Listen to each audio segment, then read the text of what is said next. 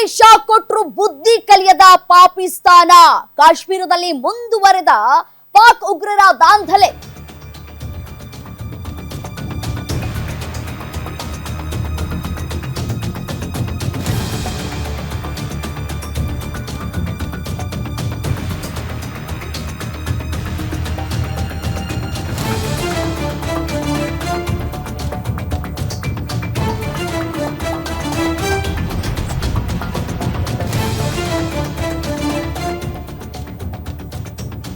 ಪಾಕಿಸ್ತಾನದಿಂದ ಮತ್ತೆ ಕದನ ವಿರಾಮ ಉಲ್ಲಂಘನೆ ಆಗಿದೆ. ಇದು ಒಂದಲ್ಲ ಎರಡಲ್ಲ 4ನೇ ಬಾರಿಗೆ ಕದನ ವಿರಾಮ ಉಲ್ಲಂಘನೆಯನ್ನ ಮಾಡಿರುವಂತದ್ದು ಪಾಕ್.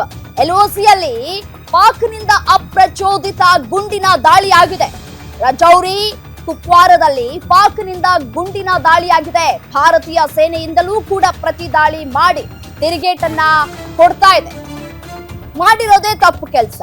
ಇದೀಗ ಕದನ ವಿರಾಮ ಉಲ್ಲಂಘನೆ ಕೂಡ ಮಾಡ್ತಾ ಇದೆ.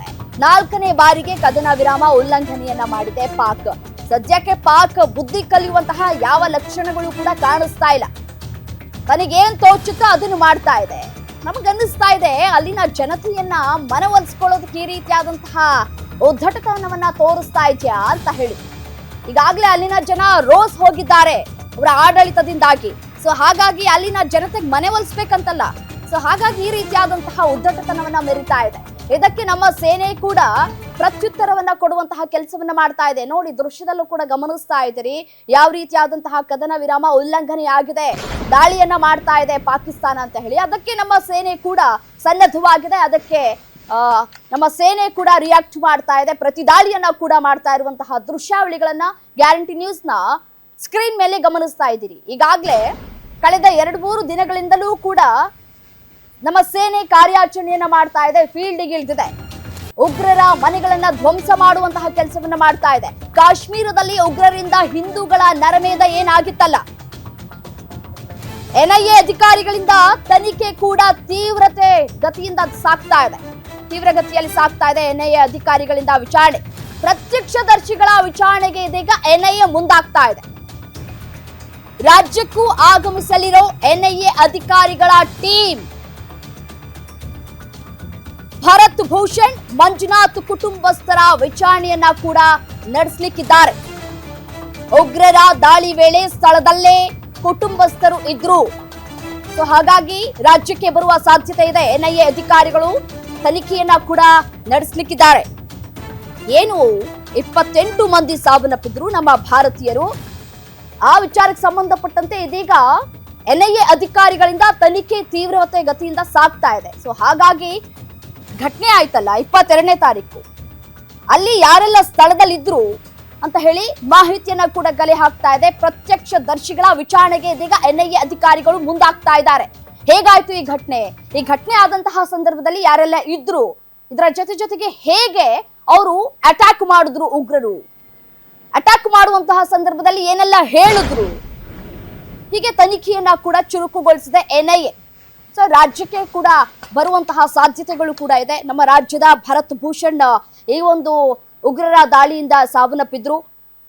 ಅದರ ಜೊತೆಗೆ ಮಂಜುನಾಥ್ ಅವರು ಕೂಡ, ಶಿವಮೊಗ್ಗದ ಮಂಜುನಾಥ್ ಅವರು ಕೂಡ ಈ ಒಂದು ದಾಳಿಯಿಂದ ಸಾವನ್ನಪ್ಪಿದ್ರು.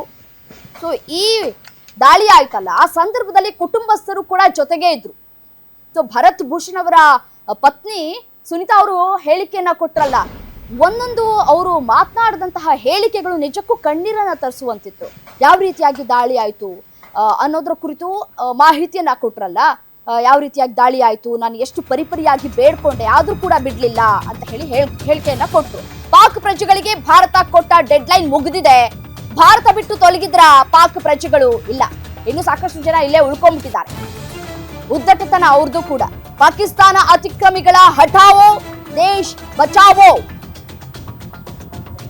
ದೇಶ ಬಿಡುವಂತೆ ಅಮಿತ್ ಶಾ ಅವರು ವಾರ್ನಿಂಗ್ ಅನ್ನ ಕೊಟ್ಟಿದ್ರು. ಆಯಾ ರಾಜ್ಯಗಳಿಗೂ ಕೂಡ ಸೂಚನೆಯನ್ನ ಹೊರಡಿಸಿದ್ರು. ರಾಜ್ಯ ಸರ್ಕಾರಗಳಿಗೂ ಕೂಡ ಸೂಚನೆಯನ್ನ ಕೊಟ್ಟಿತ್ತು ಕೇಂದ್ರ ಸರ್ಕಾರ. ಕರ್ನಾಟಕದಲ್ಲಿ ಅಕ್ರಮ ಪಾಕ್ ಪ್ರಜೆಗಳಿಗೆ ಗೇಟ್ ಪಾಸ್ ಅನ್ನ ಕೊಡಲಾಗ್ತಾ ಇದೆ. ನಿನ್ನೆಗೆ ಗಡುವು ಮುಗಿದಿದೆ. ಈಗಾಗಲೇ 98 ಮಂದಿಯನ್ನ ಸರ್ಕಾರ ಕಳುಹಿಸಿಕೊಟ್ಟಿದೆ. ಇನ್ನಷ್ಟು ಜನ ಇದ್ದಾರೆ ರಾಜ್ಯದಲ್ಲಿ, ಇನ್ನೂ ಕೂಡ ಇದ್ದಾರೆ ಪಾಕಿಸ್ತಾನದ ನಿವಾಸಿಗಳು. ಸೊ ಹಾಗಾಗಿ ಅವರನ್ನೂ ಕೂಡ ಕಳಿಸುವಂತಹ ಕೆಲಸಗಳು ಆಗಬೇಕಾಗಿದೆ.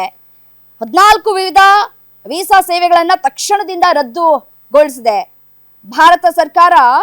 22ನೇ ತಾರೀಕೆ ಏನ್ ಈ ಘಟನೆ ಆಯ್ತಲ್ಲ, ಉಗ್ರರು ದಾಳಿ ಮಾಡಿದ್ರಲ್ಲ, ಅದಾದ ತಕ್ಷಣವೇ ಇಮಿಡಿಯೇಟ್ ಆಕ್ಷನ್ ತೆಗೆದುಕೊಳ್ತು. ಪಾಕಿಸ್ತಾನಿ ಪ್ರಜೆಗಳಿಗೆ ನೀಡಿದಂತಹ ದೀರ್ಘಾವಧಿ ರಾಜತಾಂತ್ರಿಕ ಮತ್ತು ಅಧಿಕಾರಿ ವೀಸಾಗಳನ್ನ ಹೊರತುಪಡಿಸಿ ಈಗಾಗಲೇ ನೀಡಿರುವಂತಹ ಎಲ್ಲಾ ವೀಸಾಗಳನ್ನ ರದ್ದು ಮಾಡಲಾಗಿದೆ. ಹಾಗಾಗಿ ನಮ್ಮ ರಾಜ್ಯಗಳನ್ನ ಬಿಟ್ಟು ತೊಲಗಬೇಕಾಗಿದೆ.